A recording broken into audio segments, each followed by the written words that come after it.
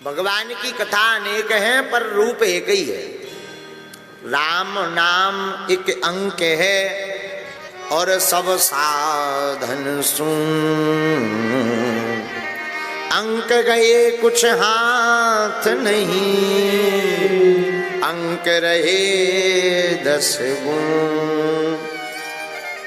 एक राम नाम ऐसा है, एक गोविंद की कथा ऐसी है जिसको सुनने के बाद आपके जीवन में आपकी जिंदगी की महिमा बढ़ जाएगी। और बात भी सही है। परीक्षित जी को श्राप लगने तक कोई नहीं पूछ रहा था।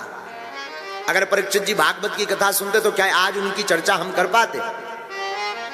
अगर परीक्षित जी भागवत की कथा नहीं सुनते तो आज उनकी चर्चा शायद कोई करता, पर भागवत की कथा उन्होंने श्रवण की, उसका मनन किया, उसका मंथन किया, जिसके परिणाम स्वरूप यत्र तत्र जगह जगह उनके नाम की महिमा गाई जा रही है।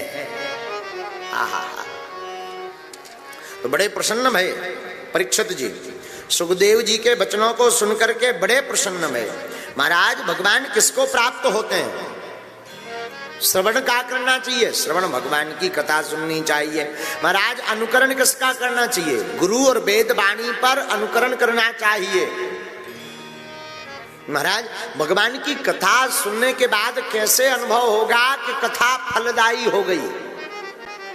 राजन, जब तुम भगवान की कथा सुनोगे तो स्वभाववश तुम्हारा चित्त गोविंद के गुणानुवाद सुनकर के आह्लादित होने लगेगा। प्रेम कब ठाकुर से हुआ इसका अगर पैरामीटर रखना है तो एक उपाय है। भगवान से प्रेम है या नहीं इसकी जांच करनी है तो एक उपाय है।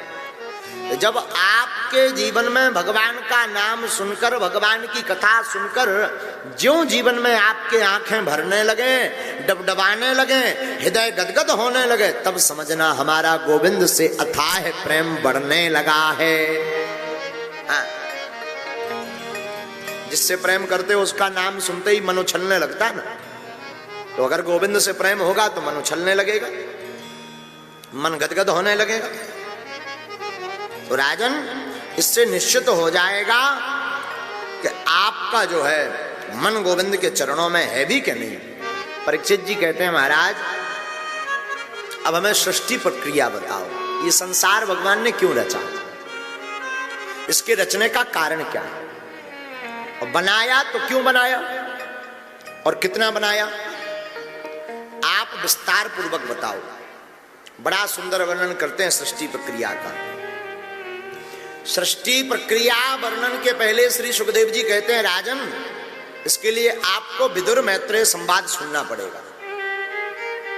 महाराज जी, विदुर जी कौन है? अरे राजन, विदुर जी कोई और नहीं, तुम्हारे ही पूर्वज। यही प्रश्न विदुर जी ने एक बार मैत्रेय से भी किया था। क्या प्रश्न किया था? महाराज हमें भी सृष्टि प्रक्रिया बताओ। भगवान संसार क्यों बनाते हैं? भगवान का संसार बनाने के पीछे कारण क्या है? एक बार विदुर जी यत्र तत्र तीर्थों में भ्रमण करते करते श्रीधाम वृंदावन में ज्ञान गुदड़ी पहुंच गए। ज्ञान गुदड़ी में जब वृंदावन के ज्ञान गुदड़ी में पहुंचे, जहां पर ज्ञान गुदड़ी मोहल्ला है, तो लोग कहते हैं कि वहां विदुर जी की मुलाकात उद्धव जी से हुई, वहां पर मिलन हुआ।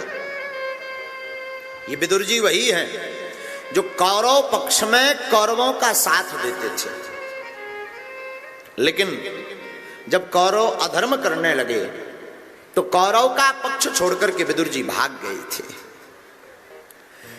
रामचरितमानस में विभीषण जी और कौरव पक्ष में विदुर जी दोनों धर्म के रूप हैं। और रामायण में जब विभीषण जी ने रावण का परित्याग कर दिया तो रावण की आयु घट गई, और महाभारत काल में जब विदुर जी ने कौरवों का परित्याग कर दिया तो विदुर जी कौरव पक्ष की आयु घट गई। हाँ, जब विभीषण जी रावण का पक्ष छोड़कर गए तो रावण का विनाश हो गया, और विदुर जी कौरवों का पक्ष छोड़कर गए तो कौरवों का विनाश हो गया। ऐसे समझो। साधु जी विदुर हैं धर्म के रूप। आपके घर में जब तक धर्म बना रहेगा आपका कोई विनाश नहीं कर सकता, चाहे कोई मारने आ जाए। जिस दिन आपके घर पर धर्म की जगह अधर्म ले लेगा उसी दिन आपका विनाश हो जाएगा। विदुर ने घर छोड़ा और तीर्थाटन निकले। आज तक लौटकर खबर नहीं ली। वृंदावन में ज्ञान गुदड़ी मोहल्ला में आहा हा हा, जब मुलाकात हुई उद्धव से तो पूछा, अरे उद्धव कैसे हो? हम तो बढ़िया हैं, आप बताओ कैसे हो?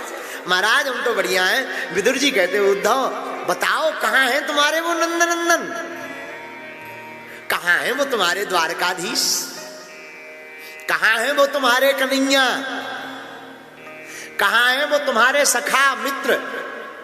हा हा हा हा हा। इतना कहा ही कि विदुर की बात सुनकर के उद्धव की आंखें डबडबा गई, आंखें भर गई। लेकिन उद्धव ने विदुर को देखा तो 4 मिले 64 खिले 20 रहे कर जोर। हरिजन से हरिजन मिले तो पुल के साथ करोड़।